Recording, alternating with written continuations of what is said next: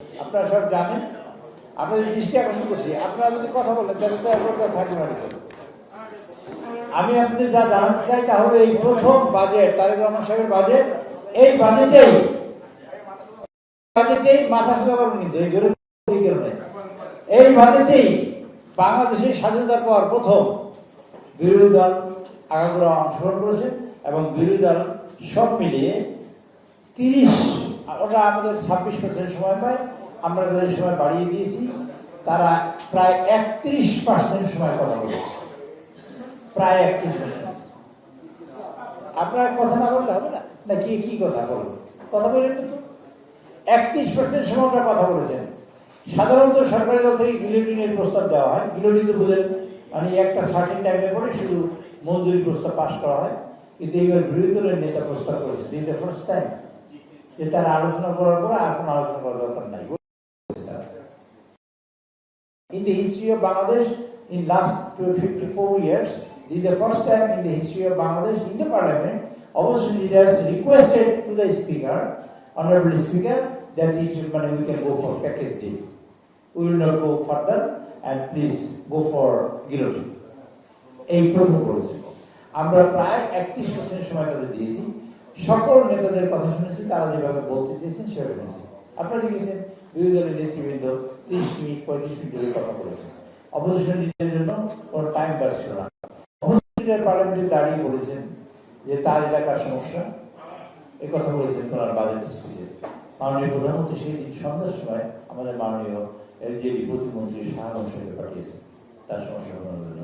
উনি ভোটে দাঁড়িয়ে বলেছেন এত ট্যাক্স ছাড় দিয়েছেন, একটা আইটেমের ট্যাক্স ছাড় দেওয়া যায় না। উনি সেটা বলে সাইকেল বর্ষ প্রধানমন্ত্রীর সাথে বললেন এটা সাইকেল বর্ষের ট্যাক্স ছাড় দেওয়া যায়।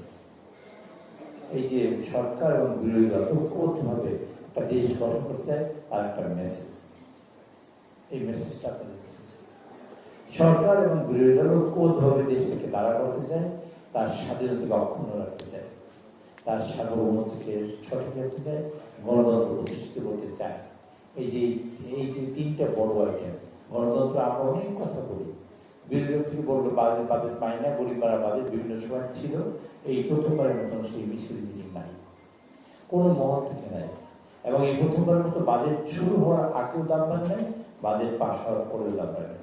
ক্ষেত্র বিশেষে দাম কমতে হবে, কমা উচিত, সেজন্য সরকার সিরিয়াস আছে। যেসব জায়গায় ট্যাক্স কমিয়েছে জানেন, খাদ্যদ্রব্য সহ প্রয়োজনীয় 63টা আইটেমের কোনো ট্যাক্স বাড়ানো হয় নাই। 5% ছিল, গভর্নমেন্ট করেছে 0.5 কমিয়ে দিয়েছে। সেই সব জিনিসের মূল্য কমানো। তারপর যেসব ক্ষেত্র একটা মানুষের টাচ করে, একটা হিউম্যান বিং এর টাচ করে,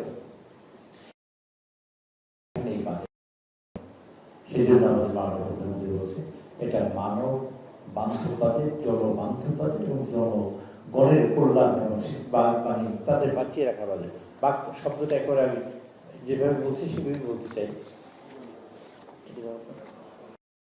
শব্দ যে জীবন বান্ধব।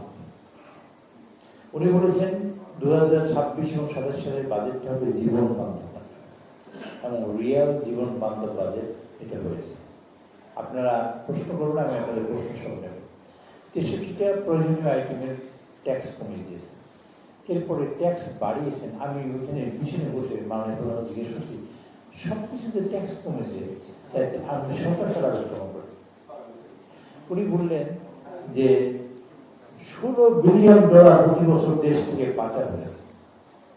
$16 বিলিয়ন যদি পাচার না হয় তাহলে তো আমার দেশ এই পাচারটা না হবে। এবার তো দুর্নীতি আছে। উনি বললেন যে চেষ্টা করুন দুর্নীতি যাতে কমে, আর ডিসেন্ট্রালাইজেশন যাতে হয়, আর এই $16 বিলিয়ন যাতে পাচার না হয়, তাহলে আমাদের টাকা সমস্যা নেই। আপনার একটা সহজ প্রশ্ন করি, আর সহজ উত্তরটা আমি চাই না, উত্তরটা আপনারা নিজেরা দিয়ে রাখবেন নিজের। সেটা হলো আমরা একটা চরম একদিনে ডলারের দাম বেড়েছে, আপনাদের সবার মনে আছে 7 টাকা। 7 টাকা একদিনে ডলারের দাম বেড়েছে, একদিনে। ব্যাংকগুলো ফোকলা করেছে, কোনো ব্যাংকে টাকা নেই। একটা ব্যাংকে তার চিঠি দিতে আপনার টাকা পাচ্ছে, সেরকম পরিস্থিতি। প্রায় প্রায় 50,000 কোটি টাকার মতো গভর্নমেন্ট মানে বাংলাদেশ ব্যাংক লোন দিয়ে এই ব্যাংকটাকে সার্ভিস করার চেষ্টা করছে 6টা ব্যাংক। এই যে ফোকলা করা একটা ব্যাংক শেষ করে দিয়েছে, ইকোনমিক সেক্টরে চরমভাবে বিশৃঙ্খলা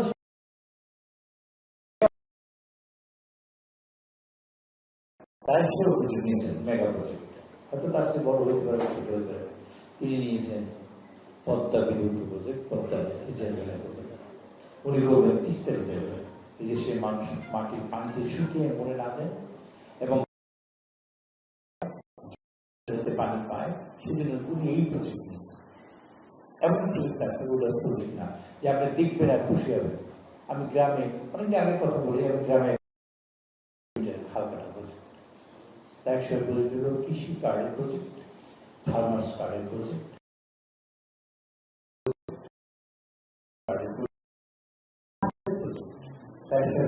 বড় মানুষ না খেয়ে না থেকে স্বাবলম্বী হয় অ্যাটলিস্ট তার প্রজেক্ট। আমি এখানে বসে আপনার উদ্দেশ্য বলেছিলাম, আপনার ধরেন সেই বাবা অথবা সেই মা যার আয়ের কোনো উৎস নেই, যিনি আগামীকালকে 5 কেজি চাল দিতে পারবেন, সেই টাকা আপনার নেই এবং আপনার সেই টাকা নাই, সেই মানে অ্যারেঞ্জমেন্ট নাই যে আপনি নিতে পারেন। আর আপনার এখন এই মুহূর্তে আপনার সন্তান আপনার কাছে কাঁদে, বাবা আমার খিদে পেয়েছে, আমি খাবো আছে। আচ্ছা একবার ভেবে দেখুন তো আপনার সেই মা সেই বাবা কি করতে পারে। তাই সেটা ভেবে ফ্যামিলি কার্ড বলছেন, প্রায় 50 লক্ষ ফ্যামিলি কার্ড বাংলাদেশ ইনশাল্লাহ আমরা দেব, প্রায় 40 লক্ষ কৃষি কার্ড দেব, 50 লক্ষ ফ্যামিলি কার্ডের মায়েরা পাবেন, মায়েদের নামে কার্ড হবে, মায়েরা পাবে ওই পরিমাণ টাকা সংসার চলতে পারে, 2,500 টাকা পাবে।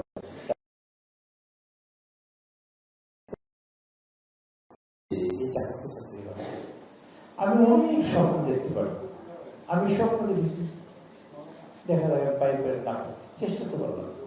আপনারা আমাদের মন দেখবেন, আমরা চাই, তাই সব চাইছেন। আপনারা এত বড় অর্থনীতির পরেও আজকে এবং ডাক্তার কানে ডাক্তার মাঝের নামে এক লোকের নাম আমি পড়েছি, আমি তাদের কোনোদিন দেখিনি, শুধু ডাক্তার মাঝে কি করেছে, জেনেরিক নেমে ওষুধ লিখতে হবে। 100টা হেলথ মানে ফার্মাসিউটিক্যাল কোম্পানি আছে, 100টা প্যারাসিটামলের নাম, 100টা আপনি কি কিনলেন আপনি জানেন না।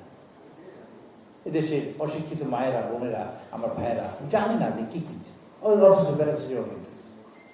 সেটা ভালো কোম্পানি কিনবে, এই জেনারিক নামে ওষুধ হবে, আর কেউ প্র্যাকটিস করতে পারবে না, প্র্যাকটিস করলে হসপিটালে করতে হবে। দ্যাট ওয়াজ হিজ প্রোগ্রাম, তৈরি প্রোগ্রাম। এই ভালো প্রোগ্রাম বাস্তবায়ন করতে পারে না কেন? আপনাদের এই নেগেটিভ নিউজের জন্য। আপনার মাদেরকে সামনে নিয়ে আসছে, আপনাদের বললে সাম্বলি মাদের সামনে আসে, প্রতিদিন মাদের নিউজ আছে আর কৃষক সাহেবের বিপক্ষে লেখে। এই যে লেখে বিপক্ষে কোশ্চেন হইল এরকমের যে বিষয়টা ভালো কাজটাকে গুরুত্ব দেয়। আমাদের নেগেটিভ হইতে যে পত্রিকার 10টা নিউজের মধ্যে 9টা নিউজই থাকে নেগেটিভ। আপনারা মানুষকে মেসেজ দেন যে এই দেশের এই মানুষগুলোকে জীবন বান্ধব বাজেট দিয়ে মানুষগুলোকে বাঁচাবার প্রোগ্রাম নিয়েছেন, তার নাম তারেক রহমান। আর সেই কাজে আজকে বিরোধী দল, আমি বলি না ঐক্যমত হচ্ছে, বিরোধী দলের মানে মানসিকতাটা আমরা অ্যাপ্রিসিয়েট করি, আমরা ধন্যবাদ জানাই। আমাদের এই সুযোগে বিরোধী দলকে ধন্যবাদ জানাচ্ছি এবং বিরোধী দল যেভাবে গ্রহণ করেছে, তাকে সাইকেল ছাড়া আর কোনো বিষয় করে নেয়, কোনো আইটেম নেই যা তাই সে মাফ করে নেয় অথবা সংগঠনের মধ্যে আনেন নেয়। এখন আমাদের এই যে বাজেট, এই বাজেট আমরা বাস্তবায়ন করলে আপনাদের সহযোগিতা, আপনার সাহায্য করবে এবং আমরা দেশটাকে বাঁচাতে চাই। তারেক সাহেব একটা মানুষ, হিউম্যান বিং, ভুল ত্রুটি মিলেই মানুষ, কিন্তু তারেক সাহেব যে এখানে বসছেন, তারেক সাহেব ভালো থাকতে পারতেন, ভালো এখন সকাল থেকে শুরু করে উদয়স্ত পরিশ্রম করেন একটি মাত্র কারণে তার বাবাকে দেখেছেন তিনি, তার বাবা খাল কেটেছেন, তার বাবা কাজটা গিয়েছেন, তার মাকে দেখেছেন। সেই রক্ত, সেই চিন্তা, সেই চেতনা এবং সেই রাজনৈতিক কার্যক্রম সেই সাথে নিয়ে বাকিটা করে যাচ্ছে, যেতে চাচ্ছে দেশকে বাঁচানোর জন্য। এই দেশ আমাদের আজকে আপনাদের অল্প মানে বিস্তৃত করবো না, আপনারা সব বুঝেন এবং আপনারা অনেক যথেষ্ট জ্ঞানী। আমরা বিপদগ্রস্ত সবসময় থাকি, কি কারণে? আজকে দেখেন ইউটিউব বা ফেসবুকে যদি আপনারা দেখেন পাশের দেশে যারা আমাদের বন্ধুবর্তী মানুষ, তারা কিভাবে তারা তাদের কথা বলে, আপনারা আপনাদের কথা বলেন। ওখানে কালকে স্পিকার হিসেবে বক্তৃতা শুনলাম, ওখানে মসজিদ ভাগে, আজকে কালকে 3টা মসজিদ ভাঙা ডিসিশন তারা মসজিদ ভাগে। আমাদের এখানে মন্দির ভাগে কয়টা? ওখানে সুব্রতবাবু বলে যে আমরা দেশটা দখল করে দিতে পারি। আমরা কি সেই দেশ দখল করে দিতে পারি? এই দেশে এত তরুণ প্রজন্ম থাকতে, যারা 24শে জুলাই করেছে, যারা জুলাই আন্দোলন করেছে, এইরকম একটা টাইরান্ট রুলারকে সরিয়ে দিয়েছে, সে তো বিশাল আশা আলো যে আমরা তারপরে দেশ দখল করার চিন্তা করতে পারি পাশে। এবং তারা বলে আপনারা কলম খুঁজুন। আমি আপনাদের অনুরোধ করতে চাই